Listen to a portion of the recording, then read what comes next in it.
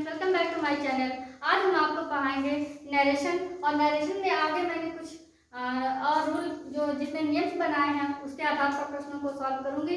तो इसके पहले वाले वीडियो में हमने नरेशन यानी डायरेक्ट इनडायरेक्ट स्पीच में उसके जो कुछ नियम्स हैं उसको मैंने 2 रूल बता चुकी हूँ। और लेकिन इस वीडियो में मैं आपको जो उदाहरण सहित समझाने का प्रयास करूंगी और जो नियम बनाए उसी के आधार पर। तो आइए स्टार्ट करते हैं हमारी वीडियो।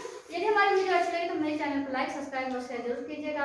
और प्रश्नों को सॉल्व करने में, हल करने में कोई समस्या हो तो कमेंट बॉक्स में आप मुझसे पूछ सकते हैं। आइए बिना देर करते हुए स्टार्ट करते हैं। तो देखिए, नरेशन डायरेक्ट इनडायरेक्ट स्पीच, इसको मैंने आपको बता रखा है कि डायरेक्ट मीन्स प्रत्यक्ष, इनडायरेक्ट मीन्स अप्रत्यक्ष कथन। नरेशन का अर्थ कथन। तो आज हम इसमें नियमों के साथ साथ नियम पर आधारित जो हम सेंटेंसेस, जो वाक्यों का बदलाव करते हैं उसे भी सीखेंगे। तो सबसे पहले आइए उदाहरण में मैं एक रख रही हूँ आपके लिए। क्या है? डायरेक्ट। इसमें मैंने रखा है Aman said I am going to cinema now. ठीक है, इसमें अमन एक लड़का है जो कहता है कि मैं सिनेमा देखने जा रहा हूँ अभी।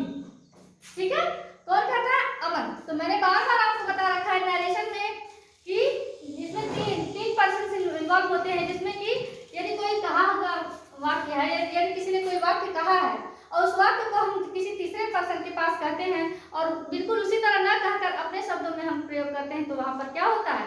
Indirect speech. तो आइए देखते हैं डायरेक्ट इनडायरेक्ट स्पीच में रूल्स। पहला है असर्टिव सेंटेंस यानी पॉजिटिव, जिसको आप बोलते हैं सकारात्मक वाक्यों में किस तरह से डायरेक्ट को इनडायरेक्ट में बदला जाता है, इसके नियम है। तो सबसे पहले reporting verb in present tense and future tense. तो मैंने आपको इसमें 2 चीजें बता रखी है कि रिपोर्टिंग वर्ब क्या है और रिपोर्टिंग स्पीच क्या है। ये जो यहाँ तक था, ये जो है ये हमारा क्या है? आज भी मैंने लिखा था रिपोर्टिंग वर्ब। इन्वर्टेड कॉमास के अंदर जो लिखा रहता है वह रिपोर्टेड स्पीच। क्या है? Reported speech. और ये आर भी, तो मैंने इसको शॉर्ट फॉर्म में आर एस लिख दिया, रिपोर्टेड स्पीच यहां से यहां तक। इसमें कोई समस्या नहीं है। तो रिपोर्टिंग वर्ब यदि हमारी प्रेजेंट टेंस में या फिर फ्यूचर टेंस में हो तो हम कैसे बदलेंगे डायरेक्ट को इनडायरेक्ट में। यहाँ पहला नियम है, यदि रिपोर्टिंग वर्ब प्रेजेंट या फ्यूचर टेंस में हो, यदि हमारी रिपोर्टिंग वर्ब जो कहा जाता है, जो जब कोई व्यक्ति कुछ कहता है, कहने वाले का जो वाक्य है वह रिपोर्टिंग वर्ब कहलाती है, वह यदि प्रेजेंट या फ्यूचर टेंस में हो तो रिपोर्टेड स्पीच के जो टेंस है उसमें कोई बदलाव नहीं होता है। उसमें there is no changing in the reported speech. जो रिपोर्टेड स्पीच है उस वाक्य में जब हम इनडायरेक्ट स्पीच में बदलेंगे तो उसमें कोई बदलाव नहीं होगा। इसको हम आगे फिर वाक्यों से ही समझेंगे, अभी पहले देख लीजिए। तो अब दूसरा क्या है? जब इन्वर्टेड कॉमास या सर्टिव सेंटेंस की बात मैं कर रही हूँ, जो पॉजिटिव सकारात्मक वाक्य सिर्फ उसमें, जब इन्वर्टेड कॉमास के अंदर में असर्टिव सेंटेंस रहता है, मींस पॉजिटिव सेंटेंस रहता है, तो इनडायरेक्ट स्पीच में इन्वर्टेड कॉमास को हटाकर क्या कर देते हैं? हम इसमें दैट लगा देते हैं। इन्वर्टेड कॉमास को हटा करके दैट लगा देते हैं। यहाँ पर हमने लिख रखा है दैट लगा देते हैं। ये देखिए दैट लगा देते हैं। अभी फिर हम इस दैट कैसे लगाते हैं इसे भी हम वाक्यों के साथ समझेंगे। अभी पहले आप एक बार ओवरव्यू देख लीजिए। अगला तीसरा स्टेप है रूल में नियम जब रिपोर्टिंग वर्ब का जो वर्ब है, ये वर्ब है रिपोर्टिंग वर्ब, से सेड रहे तो क्या करते हैं? इसके बाद ऑब्जेक्ट रहता है तब इनडायरेक्ट स्पीच में बदलते समय टेल का टेल, ये जो से हमने यहाँ पे से का टेल, सेज का टेल्स और सेड का टोल हो जाता है। कब?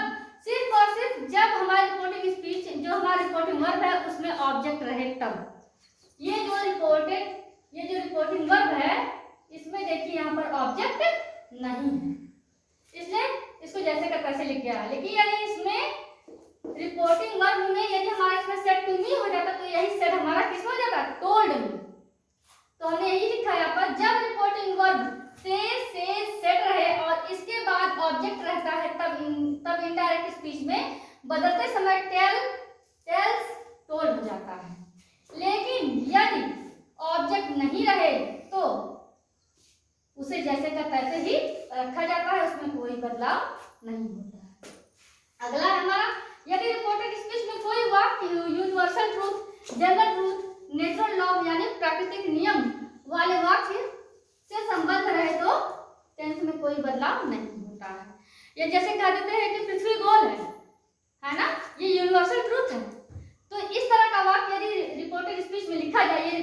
स्पीच में यदि ऐसा लिखा जाए तो उसमें कोई बदलाव, उसमें टेंस में कोई बदलाव नहीं होगा।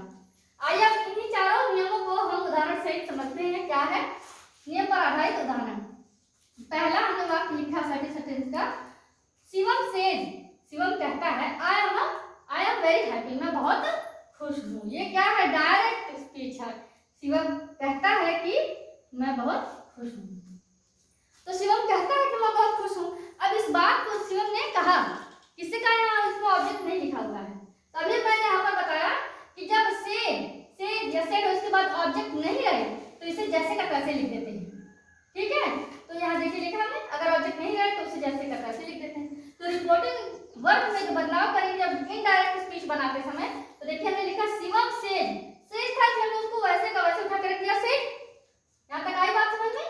अब हमने यहाँ दूसरे में लिखा है कि दैट इन्वर्टेड कॉमास, यानी इन्वर्टेड कॉमास के अंदर हम लिखते हैं रिपोर्टेड स्पीच, और रिपोर्टेड स्पीच का जो इन्वर्टेड कॉमास होता है उस इन्वर्टेड कॉमास को हटा करके हम क्या लगा दिए दैट। ये कंजंक्शन का काम कर रहा है, इसे हम जोड़ने के लिए प्रयोग कर रहे हैं।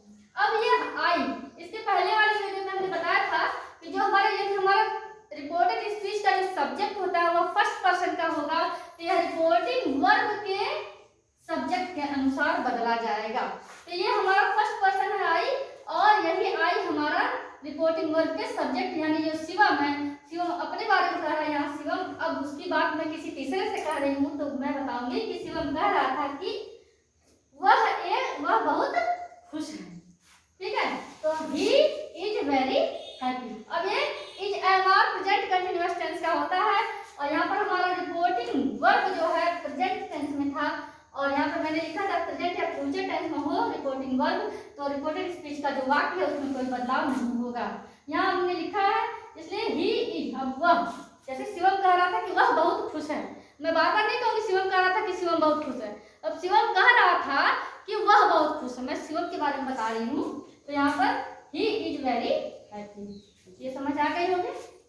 अब आइए दूसरा देखिए, दूसरा वाक्य असर्टिव का ही है। जैसे यू विल से, ठीक है, you will say I want to learn English. You will say, तुम कहोगे कि मैं इंग्लिश सीखना चाहता हूँ। ठीक है, तो ये हमारा डायरेक्ट स्पीच का है। इसे हम बदलेंगे इनडायरेक्ट स्पीच में, तो कैसे कहेंगे यू विल से, तो यहाँ पर से है और इसके बाद ऑब्जेक्ट फिर नहीं है, तो जब ऑब्जेक्ट नहीं रहे तो हमने लिखा कोई बदलाव नहीं आएगा, तो रिपोर्टिंग वर्ब वैसे का वैसे लिख दिया हमने यू विल से, तो हमने नीचे भी लिख दिया यू विल से। रह गई बात इन्वर्टेड कॉमास की, तो इन्वर्टेड कॉमास को हटाकर हमने दैट लिख दिया, क्योंकि असर्टिव सेंटेंस है। तीसरा नियम, यू आई जो था मैं बोली थी कि फर्स्ट पर्सन का, यदि रिपोर्टेड स्पीच में जो सब्जेक्ट फर्स्ट पर्सन का हो तो वह रिपोर्टिंग वर्ब के सब्जेक्ट के अनुसार बदला जाएगा। तो आई था यू, तो यू मतलब तुम कहोगे ना कि तुम कहोगे कि मैं इंग्लिश सीखना चाहता हूँ, तो यहाँ you will say that you, तुम ही कह रहे थे अपने बारे में, यहाँ पर यू भी कहे थे अपने बारे में, यहाँ पर यू जो है रिपोर्टिंग वर्ब का सब्जेक्ट है और आई जो रिपोर्टेड स्पीच का सब्जेक्ट है। जैसा कि मैंने बताया है कि जो रिपोर्टेड स्पीच का सब्जेक्ट है वह रिपोर्टिंग वर्ब के सब्जेक्ट के अनुसार बदला जाएगा, तो यू का यहाँ पर फिर ये यू हो जाएगा, you want to learn English. जहाँ तक रही बात प्रेजेंट या फ्यूचर में होता है रिपोर्टेड स्पीच, तो उसमें कोई बदलाव नहीं होता है। तो इस तरह से बनाइए और फिर अलग अलग वाक्यों को लीजिए और बनाइए। ठीक है, तो हमारा वीडियो आज यहीं तक है। अच्छा लगे तो लाइक सब्सक्राइब और शेयर जरूर करें।